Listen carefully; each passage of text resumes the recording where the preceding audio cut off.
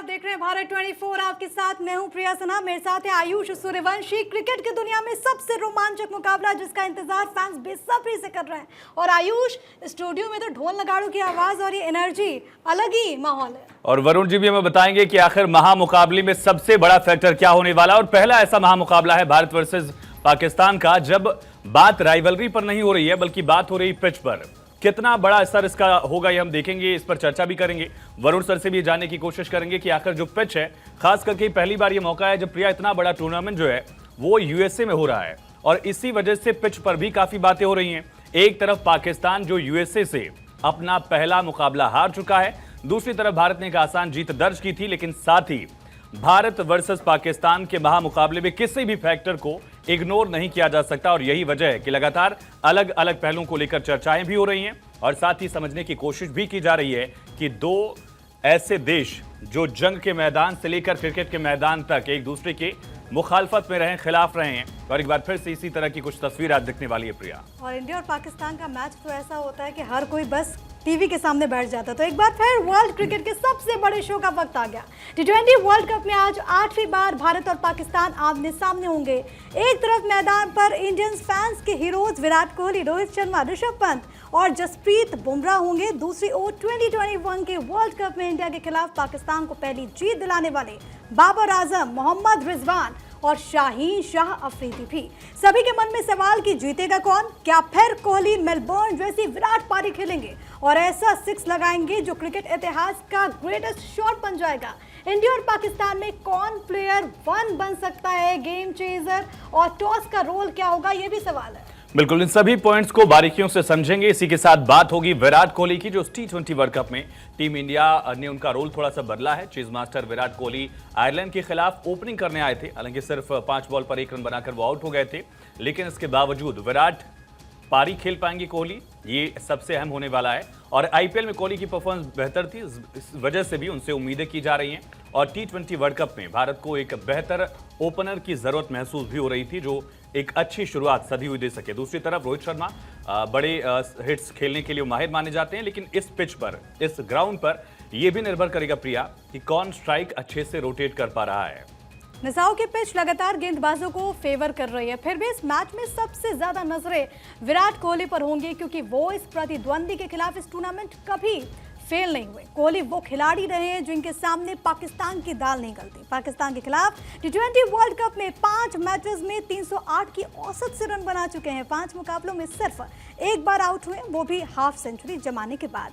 3 bar player of the match रहे, यानी कि पाकिस्तान के खिलाफ कोहली भारत की जीत की लगभग गारंटी होते। और आज देश यही दुआएं कर रहा है कि कोहली का बल्ला चले और एक बार फिर से तूफानी पारी खेलते हुए विराट कोहली नजर आए। पलड़ा किसका भारी है, कौन कौन से ऐसे फैक्टर्स जो कि इस वक्त सबसे ज्यादा इंपॉर्टेंट है, इस पर हम चर्चा करेंगे। हमारे साथ वरुण जी भी लगातार बने हुए। लेकिन आयुष, जिस बात का जिक्र है वो यही कि अगर हम दोनों टीमों को देखें तो भारत काफी मजबूती के साथ रहा। भारत ने तो पहला मैच भी जीता है।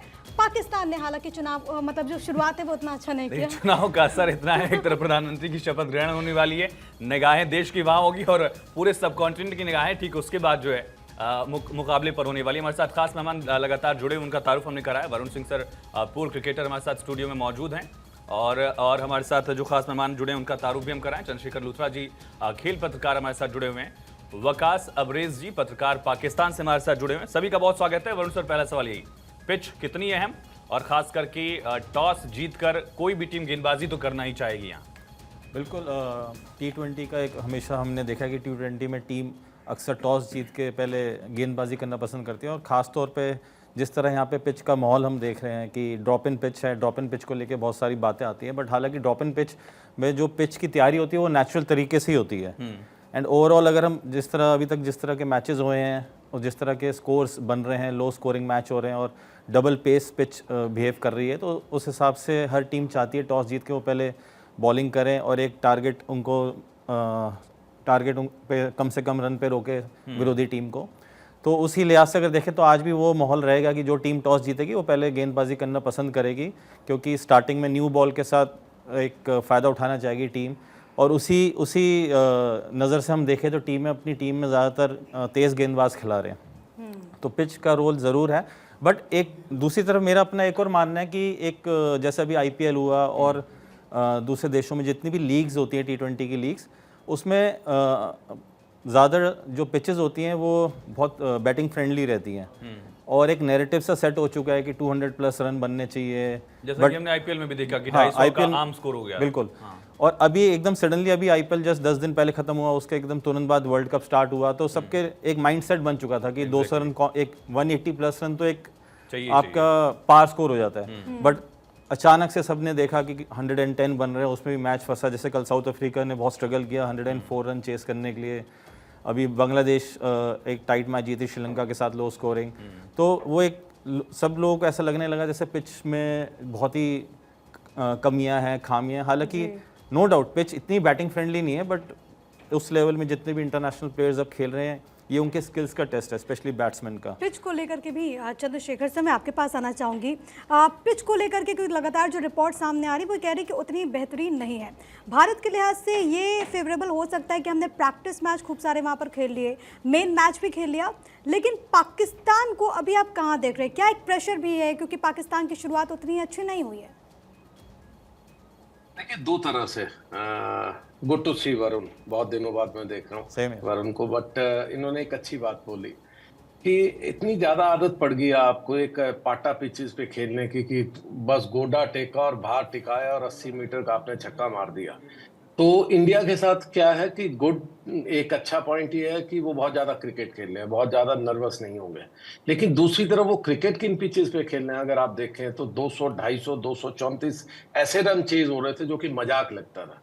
जब भी बॉल थोड़ा सा करतब करती है, जब भी थोड़ा बॉलर फ्रेंडली होती है। खैर यहाँ पर पिचेस बहुत अच्छी नहीं है, पहली बात मैं ये कहूँ, पिचेस अनइवन है, जो कि आईसीसी को एक्सपोज करती है। आईसीसी ने सितंबर से उनको मालूम था कि यहाँ पर पिचेस बनानी है, उनको ड्रॉप पिचेस भी ला रहे थे। लेकिन सैंड, मैं जो भी पढ़ रहा था, जो एडिलेट में बनी है पिचेस, उसमें सैंड क्वालिटी जो नीचे जो बिछानी थी वो भी कम है। वो कई सी प्रॉब्लम्स है जो कि टेक्निकल एस्पेक्ट हो सकते हैं। लेकिन ओवरऑल आप पिचेस नहीं बना पाए इतना पैसा होते हुए भी, तो ये भी शर्मनाक है। अब रही दूसरा एस्पेक्ट जिसकी मैं बात कर रहा था कि भारत बेशक ज्यादा खेला है यहाँ पर इनके अगर इनके कंपैरिजन में कहें, लेकिन भारत की क्रिकेट जो है वो बहुत ज्यादा बैटिंग फ्रेंडली होती जा रही है। हमारे पास वर्ल्ड क्लास बॉलर्स हैं, जो बुमराह, सिराज, जो अर्शदीप, कोई भी बॉलर ऐसे हैं हमारे ऑलराउंडर जो किसी भी पिच पर किसी को आउट करने का मादा रखते हैं। लेकिन उसके बावजूद भी इनको कभी इनकी फ्रेंडली पिचेस नहीं दी जाती।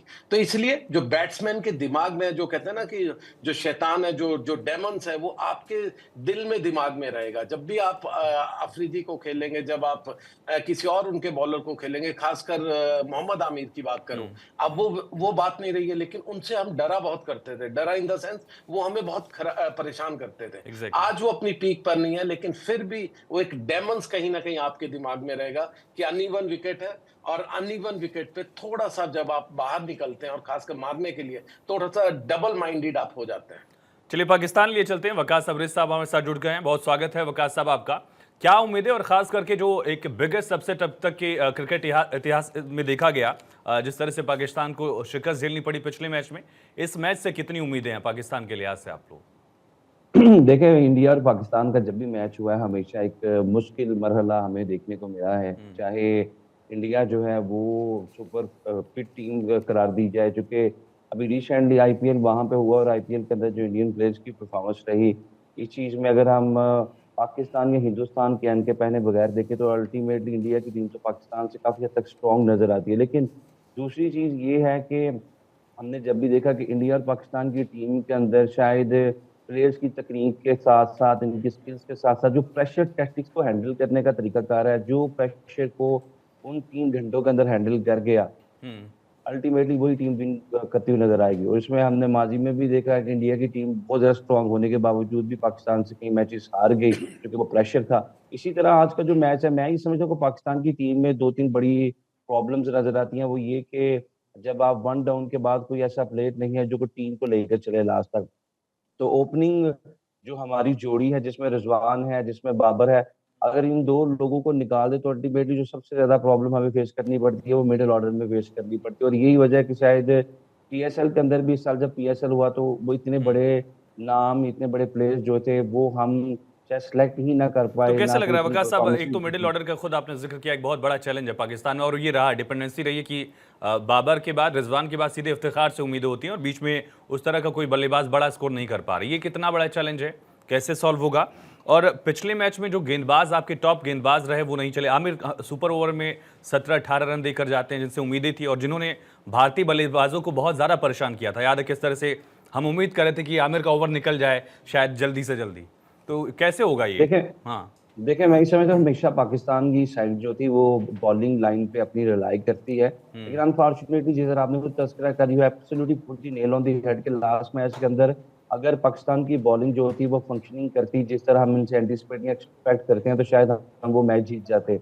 लेकिन जिस चीज पे हम रिलाई करते हैं वही हमारी वीकनेस बन जाए और हमारे बॉलर शायद वो एक्स्ट्रा देने लग पड़े, उस तरह परफॉर्म ना कर पाई, तो ये चीज शायद सबसे बड़ी दर्द सर बन चुकी है पाकिस्तान क्रिकेट टीम के लिए कि सबसे ज्यादा जिन पे इन्वेस्ट किया, सबसे ज्यादा जिन पे रिलाई किया, वही लोग जो है वो आपके लिए वर्क ना कर सके। तो इस गेम के अंदर जो है पाकिस्तान की बैटिंग को बिल्कुल जो है वो परफॉर्म करना पड़ेगा, मिडिल ऑर्डर को भी करना पड़ेगा, और ओपनिंग अगर आप ये समझे और कप्तान जो है वो ओपनिंग पे खेल रहे हो, उसको ये लगे कि मेरे बाद कोई भी प्लेयर जो टीम को आगे लेके नहीं चलेगा तो अल्टीमेटली कप्तान पे प्रेशर पहले से ज्यादा बढ़ जाएगा। और दूसरी इंपॉर्टेंट चीज ये थी हमारे यहाँ आपके यहाँ जो सोशल मीडिया के ऊपर उनकी बाद में ट्रोलिंग की जाती है, उसके बाद अगर एक शख्स जो है वो समझे कि वो यूएसए जैसी टीम से हार गया और उसके बाद वो इंडिया के साथ खेलने जा रहा है और आवाम फिर उनसे एंटिसिपेट कर एक्सपेक्ट करिए दुआएं मांगी, तो ये एक बड़ा मुश्किल मैच है पाकिस्तानी क्रिकेट टीम के लिए। और एट द सेम टाइम साहब ऑन अ लाइटर नोट ये तो बताइए कि टीवी वगैरह तो पाकिस्तान में सही है ना,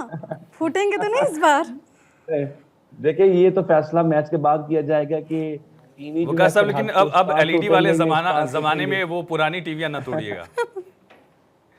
देखिए मैं यही बात कर रहा हूँ कि सरहद पार टीवी टूटेंगे या इस पार टूटेंगे, ये फैसला तो मैच के बाद ही किया जाएगा, लेकिन जिनका भी टीवी टूटेगा मैं उनके लिए यही कह सकता हूँ कि मैच को स्पोर्ट्समैन की तरह ही देखा जाए, सरहदों की जंग ना कंसीडर की जाए, एक स्पोर्ट्समैन स्पिरिट को लेकर ही ये लोग मैदान में उतर हुए। हमें भी स्पोर्ट्समैन स्पिरिट का मुजाहरा करना चाहिए, जो भी टीम जीतेगी उसको अप्रिशिएट करना चाहिए। इस चीज की एंड के गोगल चश्मे पहने बगैर कि कौन हिंदुस्तान की तरफ है कौन पाकिस्तान की तरफ, आज जो कि एक जज्बा हुबुल वतनी है, एक जोशो खरोश है, वो आपकी तरफ भी है, वो हमारी तरफ भी है।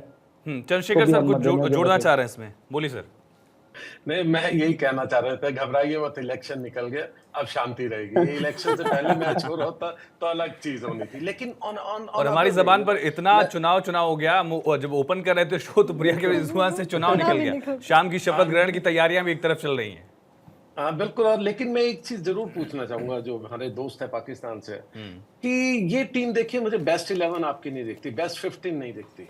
अगर आपका विकेट कीपर एक ऐसा प्लेयर है जो कि अनफिट दिखता है, जो रन नहीं कर पा रहा है, जिसके बारे में पहले से स्टोरीज चल रही थी कि किसी प्रेशर की वजह से टीम में खेल रहा है, इमाद का रिप्लेसमेंट नहीं है, अगर वो इंजर्ड रहते हैं तो आपके ऑलराउंडर वाला जो प्लेस है उसको भरना मुश्किल है। तो देखिए ये गलतियां आप, ठीक है यूएस वाला अपसेट तो वंस इन ए वाइल हो जाता है कभी लाइफ टाइम में, लेकिन ओवरऑल आप इंडिया के अगेंस्ट इन जैसे प्लेयरों के साथ आप जीतने की उम्मीद करना बहुत मुश्किल होगा, क्योंकि भारतीय ट्रूली प्रोफेशनल है, अच्छी फॉर्म में चल रहे हैं, अच्छा खेलते हैं। उनके साथ इस तरह के प्लेयर्स को लेकर चलना या इस तरह की स्क्वाड जिसमें रिप्लेसमेंट ना हो, तो मुझे लगता है आपको मुश्किल होगा।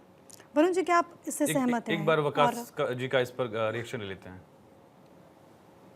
देखिए फिर मैं वही बात करूंगा कि एक नर्व की भी गेम है और 3 घंटे के अंदर जिसने बेहतरीन स्पोर्ट्समैन स्पिरिट का मुजाहरा किया, स्किल्स को यूटिलाइज किया और फिर किस्मत ने भी उसका साथ दिया, अल्टीमेटली वही जो है वो मैदान में अपनी फतह के झंडे गाड़ेगा। ये कहना कि किसके पास मिडिल ऑर्डर है नहीं है, बेस्ट टीम है, प्रोफेशनल्स हैं, अफगानिस्तान की टीम ने भी जो है वो न्यूजीलैंड को नाको चने चुबवा दी और बड़े बड़े अपसेट्स हमने देखे। नहीं वकास साहब वो तो अलग फैक्टर हुआ, लेकिन जिस तरह से आजम एक्सपोज हुए इंटरनेशनल लेवल पर आकर, आपने देखा किस तरह से वो नॉर्मल सी गेंदबाजी, नॉर्मल बाउंसर्स पर भी आंखें कहीं हैं गेंद कहीं जा रही है, इस तरह का हो गया जो थी। बिल्कुल मैं इस समय तक आजम खान की जो सिलेक्शन थी उसमें बहुत ज्यादा क्रिटिसिज्म को फेस करना पड़ा और पीसीबी को आड़े हाथों लिया गया। पाकिस्तान के अंदर जो सोशल मीडिया सार्फिन थे उन्होंने बहुत ज्यादा इस चीज में क्रिटिसिज्म किया कि शायद मैरिट की बच्ची उड़ा दी गई। और बहुत सारे पाकिस्तान के अंदर नौजवान जो है वो टैलेंटेड प्लेयर्स हैं। तो मैं ये समझता हूँ आजम खान से बहुत बहुत बेहतरीन जो प्लेयर्स हैं जो T20 में पाकिस्तान के लिए अच्छा परफॉर्म कर सकते हैं। फिर यही कहूंगा कि अगर हम कंपैरिजन में जाएं ठीक है, मुझे लगता है कि इस पे एक टेक वरुण जी का भी ले लेना चाहिए। वरुण जी, आप इस बात से कितना अग्री करेंगे कि पाकिस्तान ऐसे प्लेयर्स के साथ बड़े ख्वाब नहीं देख सकता? नहीं बिल्कुल, बट मेरा थोड़ा इसमें मानना ऐसा है कि देखिए जब टीम सिलेक्शन होती है किसी भी देश की, बस एक सेकंड आपको रोक रही हूँ, कुछ तस्वीर आ रही है वो एक बार अपने दर्शकों को हम दिखा देते हैं। ये प्रधानमंत्री नरेंद्र मोदी दरअसल आज पीएम आवास पर जितने वो सांसद हैं जिनको फोन कॉल गई उनको बुलाया गया था चाय पर चर्चा के लिए, और ये संभावित मंत्रियों के नाम और उनके साथ प्रधानमंत्री नरेंद्र मोदी की तस्वीरें आपसे कुछ देर पहले आप देख रहे थे। और इस दौरान ये भी कहा गया आयुष प्रधानमंत्री की तरफ से कि शपथ ग्रहण के ठीक बाद आप अपने काम पर लग जाइए, यानी कि फुल एक्शन मोड हमें आज शाम के बाद नजर आएगा मोदी की टीम का। और 125 दिन का जो ख्वाब था, एक तैयारी थी, वजन था, उसको लेकर लगातार बातचीत चल रही थी।